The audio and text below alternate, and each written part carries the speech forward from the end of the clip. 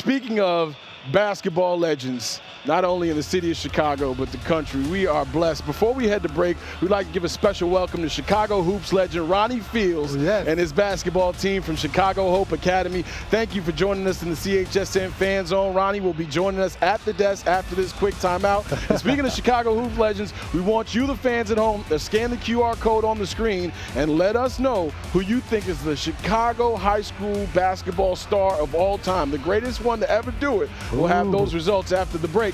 You're watching Bulls Countdown Live.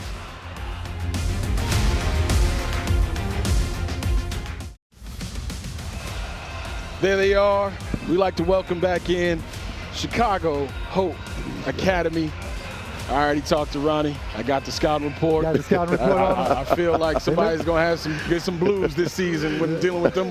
I'm like, these cats look like they pay some rent. There's some sophomores over there. That's right. There's some sophomores and freshmen looking like grown men over there. So you got some issues. Welcome back into Bulls Countdown Live, presented to you by Circus Sports. I'm Jason Goff, Kendall, Gill, and the legendary Ronnie Fields is here with his coach. Ronnie Fields, Chicago Hope Academy. We're talking about some of the great moments in Bulls rookie history, but Ronnie, you are an icon in this city, legendary basketball player. I remember as a kid watching, and you know, I'm 43, right? So when you guys talk about the old days of like Mark Aguirre, Terry Cummings, and the dudes we were just talking about, this man right here, Michael Jordan, legendary, iconic figure. There was a time in the city where if you couldn't see Mike, the next best thing, you go see Ronnie. And he was pulling off some of the same stuff in a smaller gym. Yeah, man, I think for me, like coming up in Chicago, you got to know your history, like especially like Kendall them first, and then all the guys out there. So it's like you kind of have to follow, you know. And sometimes, you know, with all the great players we have, it's a tough act to follow throughout. You know, then you got D Rose, you got Jabari. So, you know, every year it's kind of hard when you say give you 5 players. In Chicago, Illinois, it's hard. Well, guess what? We're going to make it hard on you. We're going to make it hard on you. We're going to start and make it hard on Ronnie first.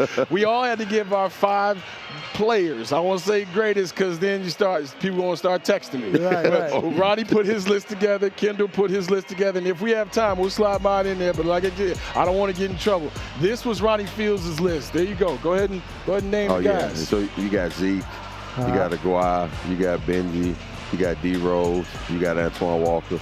Okay. I mean, and look, I wanted to keep going. I could have put Kendall, Nick, Tim, and that's the hardest thing when you start going Quinn Buckner. I mean, the list goes on and on with so many players. Jamie Brandon, you named. That's right, yeah. I mean, we'll be all night. I mean, low key, shout out to George Mikan. You know, like, George take it back to the beginning. You could. All right, Kendall, you had to do this as well, and you put all of your teammates on the list and your brother. You know, shout out to Keith. Listen, I think Isaiah Thomas, of course, who was the second pick in the draft, Mark Aguirre, who was the number 1 pick.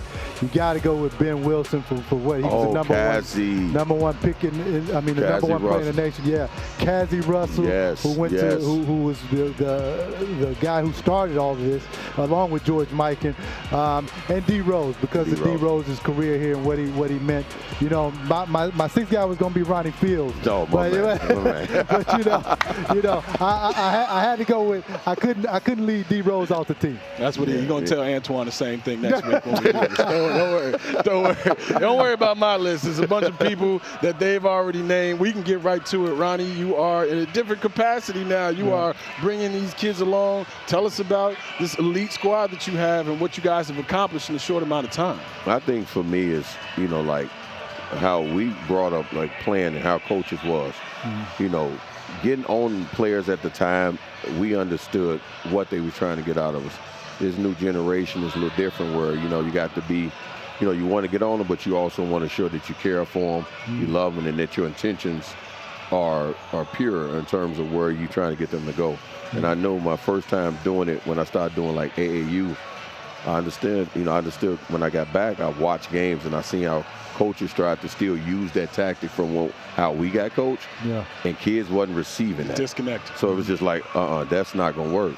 So for me, it was just building a relationship, getting the kid to understand, look, I care about you first, more so than me getting on you just from the basketball.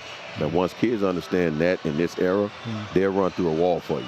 Yeah. Right? So, you know, when my first opportunity came up to Coach Hope, that was one of the things when I first walked in and I seen the group, and I said, guys, if you trust me, I'll take you there. A lot of people just like, probably like, what? They're like, because the AD, the president, like, hey, you got time, Bill? I said, I want to try to win now. Yeah. And I never, the first game, you know, we was up like 13-0, and it was against Kendall's son in St. Ignatius, right? Now, look, this is what happened. So all of a sudden, I'm like, yeah, we got him. Your son hit two threes right there, and all of a sudden, they come back, make a run. He went to the line, hit about like 11 free throws in the fourth quarter. Gill came out. And the game was over. Well, hopefully, you know, you rebounded from that. And of course, you got the fellas in here with us. Ronnie, it's so good to see you. Thank you so much. I look forward to seeing you progress in this career. It's time for it's time for our betting quarter segment. We're going to let you get in on this as well. Oh, wow. It's time for our Circus Sports betting quarter. Sports betting the way it should be. Tonight, the Bulls are a 9.5-point underdog. However, the Bulls have won 5 straight games against this Minnesota Timberwolves squad here at the UC. It's Anthony Edwards, it's Julius Randle, no Zach tonight. 9.5 points. Do you think the Bulls keep it close enough, especially on the second night of a back-to-back? Oh, man, that'd be hard, especially when you're losing 25 points out of the lineup against this type of team. So I think it'll be close. He thinks like us. Yeah, you know it. I think close maybe the first half, and the Bulls at home, so they're gonna fight to the end. And like I said, you never know. Kobe White might be get hot tonight. Yeah, you're right. Before we go, what was your vertical? Some people said it was 50. Here we go. So for me, I'd say because I got a couple kids over there with like 38-inch vertical. So mine was maybe about 49. There it is. Ladies and gentlemen, we got to go on that note. We got to go before the kids hear this. 49. Ronnie, thank you so much for joining us. Kendall, thank you for setting them up like that. Ladies and gentlemen, Bulls basketball is next.